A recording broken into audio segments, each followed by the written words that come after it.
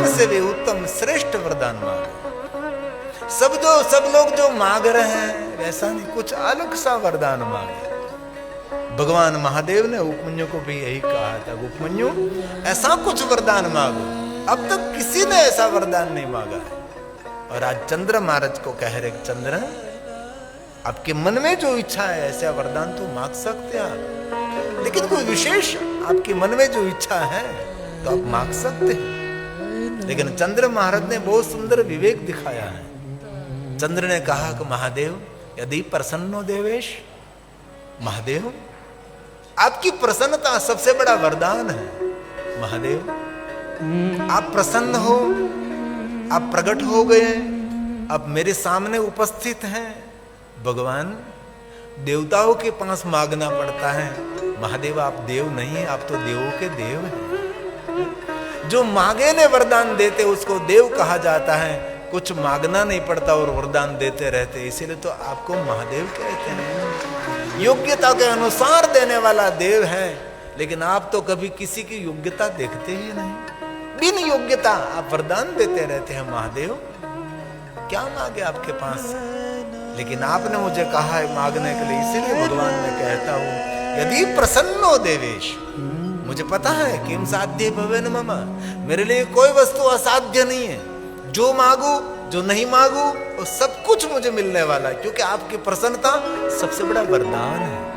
ये चंद्र महाराज ने महादेव को कहा कि यदि प्रसन्नो देवेश, यदि आप प्रसन्न है महादेव, किम साध्ये भवेन् मम, तथापि मे शरीरस्य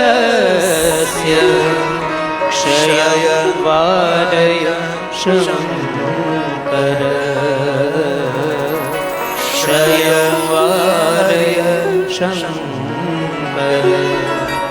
भगवान मांगने की कोई इच्छा नहीं है, लेकिन महादेव आप बार बार मुझे कहते हैं मांगिए मांगिए, इसीलिए भगवान कहते तथापि मैं शरीर से रोगी हूं। भगवान मुझे क्षय रोग हुआ है, महादेव इस रोग को भगवान वाजिए, इस रोग को भगवान दूर करे, मुझे मुक्त करे क्षय रोग से।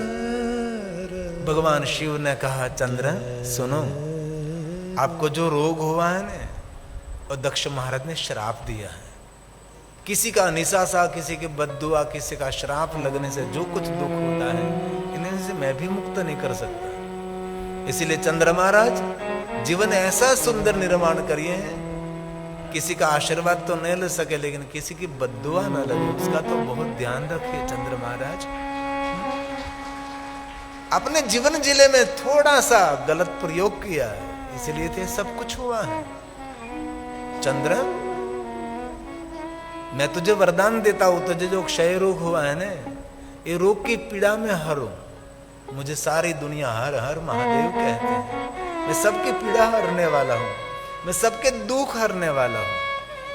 इसलिए तुझे क्षय रोग की कोई वेदना नहीं होगी, सभी वेदना मैं हरता रहूंगा। लेकिन सुन चंद्र, यदि तुझे क्षय रोग में से मुक्ति तो नहीं मिलती, 15 दिन क्षय रोग बढ़ेगा और 15 दिन तेरा क्षय रोग कम हो जाएगा। एक पक्ष में तेरी कला खिलेगी, दूसरे पक्ष में तेरी कला कम होगी, वैसे ही चलता रहेगा। भगवान शिव ने कहा पक्षे च क्षीयताम चंद्र, एक पक्ष में तेरी कला क्षीण होगी, दूसरे पक्ष में तेरी कला होती रहेगी। कला तेज दिने पुनश्च वदव्या प्रशे, सा कला च निरन्तरम्, सा कला च निरन्तरम्। अब भगवान महादेव ने कहा सुन चंद्र, मैं तुझे वरदान देता हूं, एक पक्ष में तेरी कला खिलेगी, एक पक्ष में तेरी कला कम होगी, और 30 दिन में एक दिन तो संपूर्ण कला से भरपूर रहेगा। लेकिन मैं तुझे वरदान देता हूं चंद्र, जब तू अति बीमार संपूर्ण क्षय हो जाएगा, तब मैं तेरे पास रहूंगा, तेरे पास में खड़ा रहूंगा चंद्र। पूर्णिमा के दिन मैं आपके पास नहीं रहूंगा, लेकिन जब तू संपूर्ण क्षय हो जाएगा तब मैं तेरे पास आकर खड़ा रहूंगा। जिनको हम द्विज चंद्र कहते हैं। क्यों हम दर्शन करते हैं? शुक्ल पक्ष की द्विज 6 बजे का आसपास आकाश में दिखाई देते हैं। ये द्विज चंद्र की महिमा क्या है? इस दिन भगवान महादेव स्वयं चंद्र के पास रहते हैं। और शंकर भगवान ने कहा, मैं पूर्णिमा का चंद्र नहीं धारण करूंगा, मैं मेरे भाल में बीमार चंद्र को धारण करूंगा। जिनको किशोर चंद्र, बाल चंद्र, भाल चंद्र, चंद्रशेखर आय नमः, जिनके भाल में शिशु चंद्र है, वो बीमार चंद्र है। शिव जी ने अपने भाल में पूर्णिमा का चंद्र धारण नहीं किया, एक बीमार चंद्र को धारण किया है। इस दिन भगवान महादेव वहां रहते हैं। इसलिए कभी अवसर मिले न तो कृष्ण पक्ष की जो त्रयोदशी आती है, इसमें सुबह में द्विज का दर्शन होता है। इस चंद्र की उपस्थिति में भगवान महादेव की पूजा, महादेव का दर्शन, इस दर्शन की बहुत सारी महिमा है।